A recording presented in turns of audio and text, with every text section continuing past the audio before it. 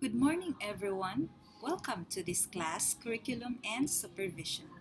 I am Vanessa Auxtero and I will be discussing with you the introduction to supervision and COVID 19.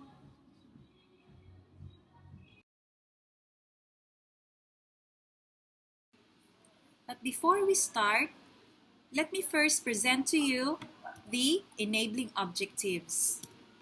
So, at the end of this session, you should be able to define supervision and instructional supervision, identify the changes brought by COVID-19 in supervising employees, and adhere the importance of good supervision. Now, let us first know what supervision is in general. What is supervision? While there is no single or agreed definition of supervision, at its core, supervision is a process of professional learning and development that enables individuals to reflect on and develop their knowledge, skills, and competence through agreed and regular support with another professional. It is also a set of activities or whatever endeavor you belong to. This set of activities form the core of the relationship between supervisors and employees.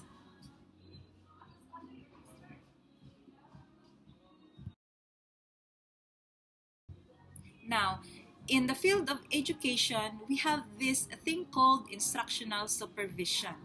What is instructional supervision?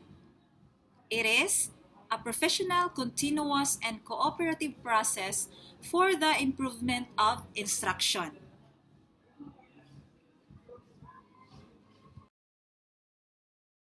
It is a hand-holding for a professional colleague by a supervisor or an instructional leader who possesses superior knowledge and skills and who works collaboratively in school environment that nurtures the development of professional learning community.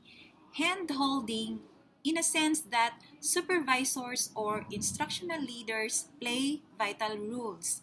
These rules include educator, sponsor, coach, counselor, and director.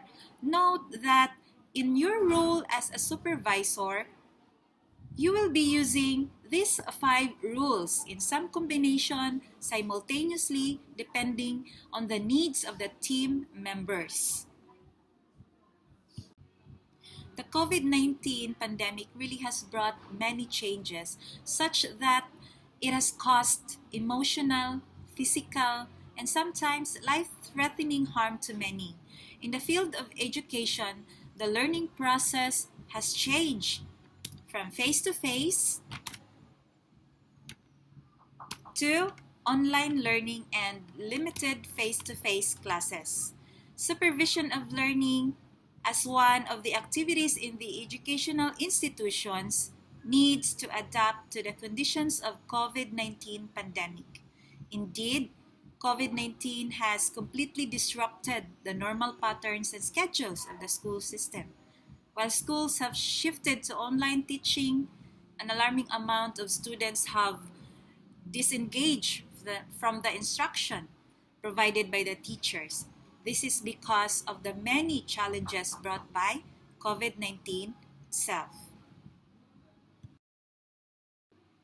Since the onset of the COVID 19 pandemic, everybody has faced challenges. It is true.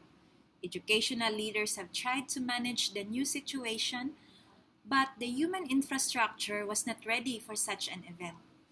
Of the many challenges, allow me to present to you some of the challenges perceived by students and faculty members at Shiraz University of Medical Sciences.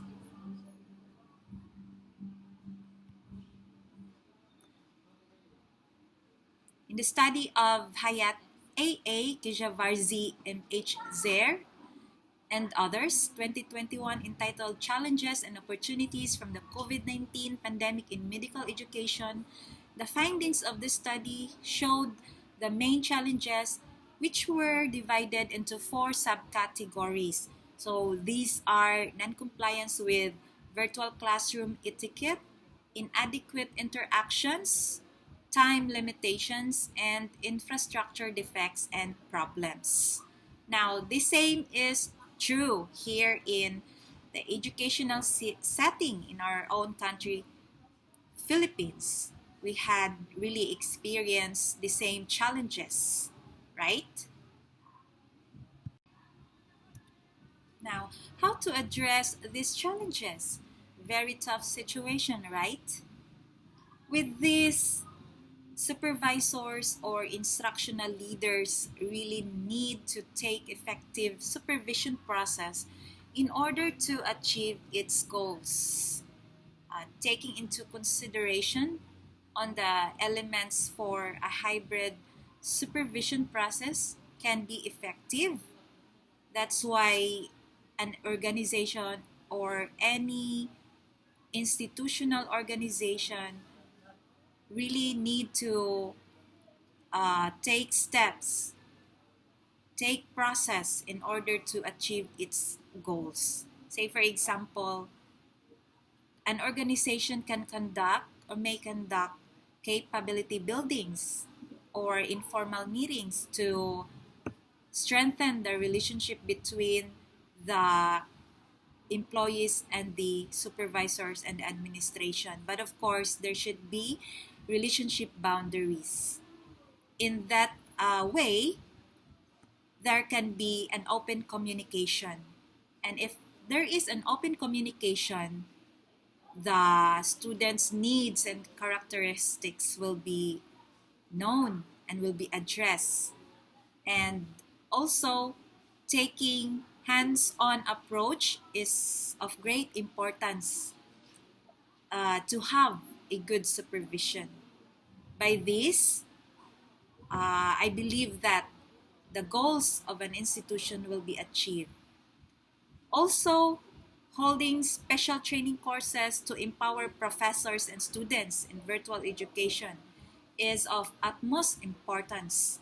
In this regard, it seems necessary to consider individuals or centers for technical support and troubleshooting and additional training for all involved in the process of e-learning.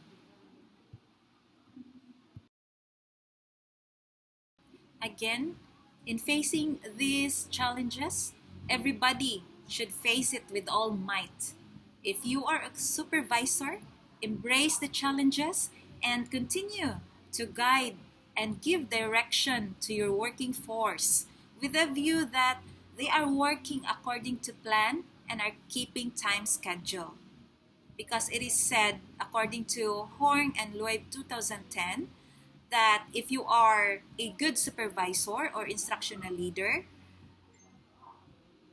you will also have good teachers, and good teachers will produce good students.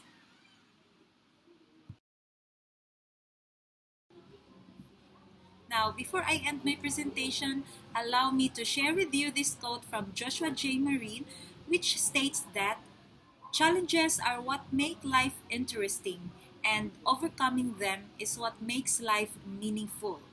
Challenges are just part of our lives, and we just need to embrace it and face it.